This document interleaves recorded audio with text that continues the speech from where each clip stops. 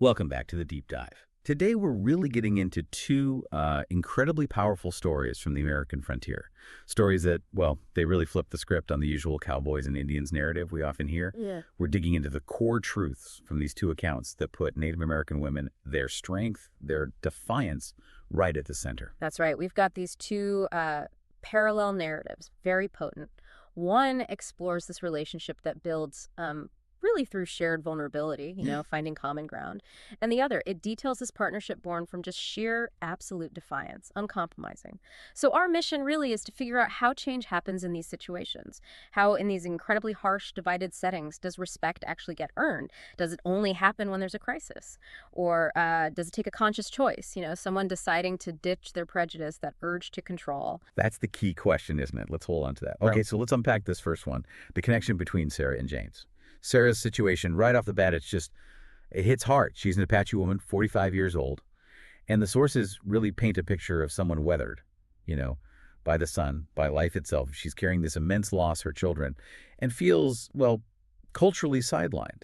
Like her time for motherhood, a key role, has passed. Yeah, her sense of self-worth is deeply eroded. It's all tied up in this cultural role she feels she can't fulfill anymore.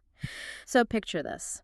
She's out gathering herbs, alone in the desert, and she meets James, a cowboy, a drifter, pale-skinned.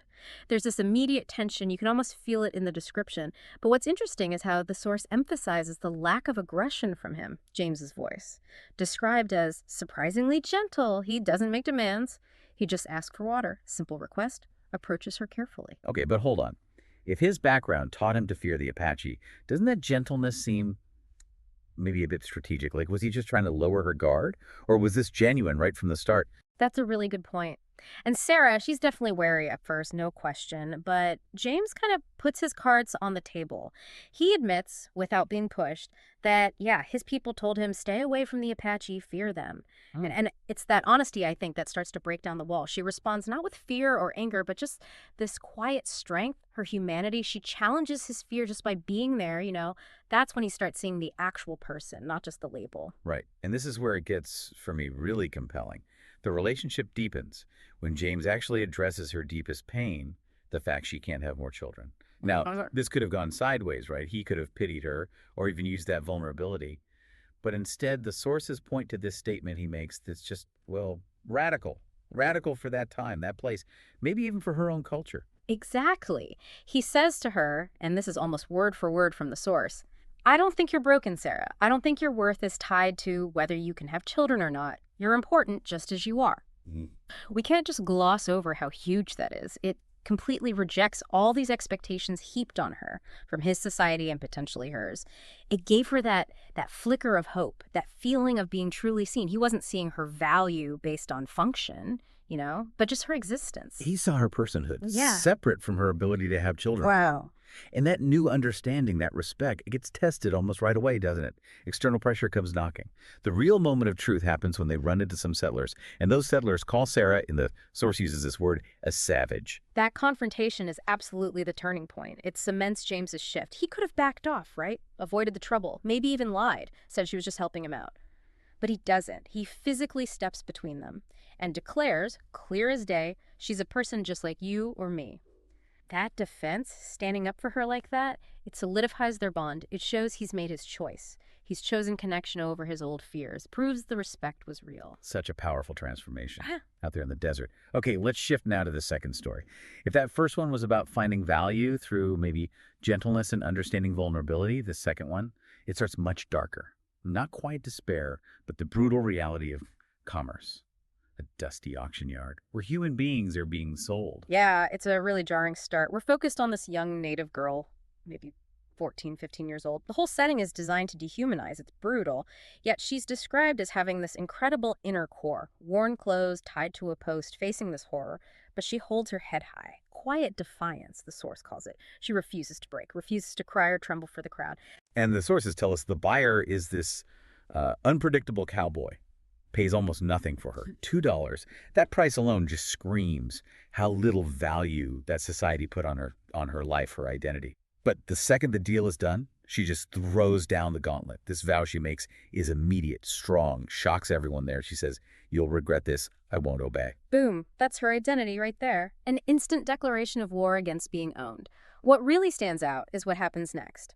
The relationship isn't master-slave, not really. It becomes this constant, exhausting battle of wills. She flat out refuses to obey blindly. She forces him to justify things, to explain why a task needs doing. And she pushes him constantly, testing the boundaries, moving slowly, questioning, sometimes just ignoring him, asserting her independence in literally every move she makes. She's fighting to keep her spirit whole, even knowing the risk. So the cowboy faces a choice. He could break her spirit with force.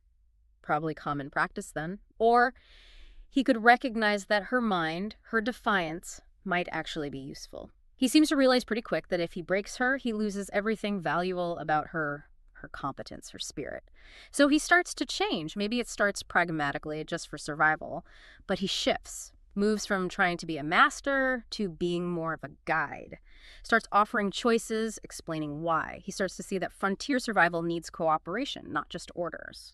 But was that purely self-interest? I mean, $2, he could have just gotten someone else or forced her. Why did the sources make a point of this adaptation? I think it's because her sheer force of will, combined with her actual skill, just got better results than his control ever could have. The shift becomes kind of ethical through necessity, if that makes sense. We see her competence just shine during these crises. The sources detail a bad storm and then a wildfire. Yeah, let's talk about the wildfire. That's life and death. That's where you'd expect a clear chain of command. Exactly. But when that fire hits, it's the girl who takes charge, decisively. She's directing where the animals go, how to set up fire barriers, she knows what to do, and the cowboy. In that critical moment, he just stops giving orders. He follows her lead. He recognizes her judgment, her tactical thinking is simply better than his, and that just shatters the whole idea, right? Then he's the boss just because he paid $2. Incredible. What a lesson for him. He learns that strength comes from knowing how to work with others, not from ruling over them. Her skill, her competence became the real currency between them, earning a trust money couldn't buy. So if we pull these two threads together, the connection is pretty clear, right? Both James and this unpredictable cowboy, they had to totally unlearn these deep-seated prejudices.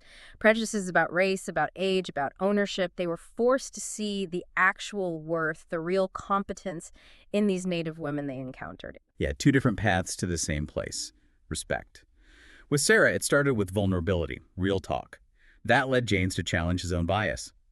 With the young girl, it was pure, stubborn defiance and proven skill that forced the cowboy to pick partnership and survival over his ego. And this really redefines strength, doesn't it? For them, and maybe for you listening. In both stories, real strength wasn't about being in command or controlling things or fitting in. It was found in, well, patience, cooperation, seeing talent, and actually respecting defiance as a kind of courage. And crucially, neither woman just becomes compliant.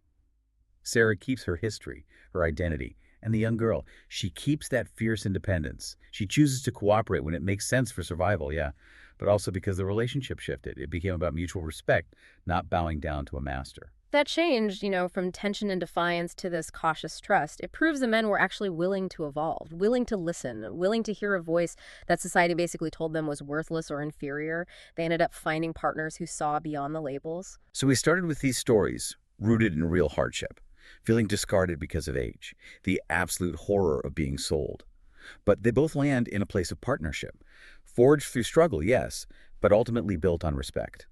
Really challenges that whole frontier idea that control is the only way to build connection. It really highlights the power of individual choice, doesn't it? Choosing something different from the role society hands you. The core message seems to be that people, even facing down massive prejudice and pressure, can change. They can move past fear, but it requires being willing to listen and maybe willing to see defiance not just as trouble, but as courage, as competence. Both Sarah and the young girl found someone who saw them, who they actually were. Not too old, not property, just capable, strong, deserving autonomy. Which brings us to a final thought, maybe something for you to chew on.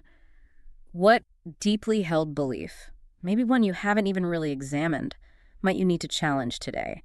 To really see the worth or the skill in someone whose background, whose role seems dramatically different from your own?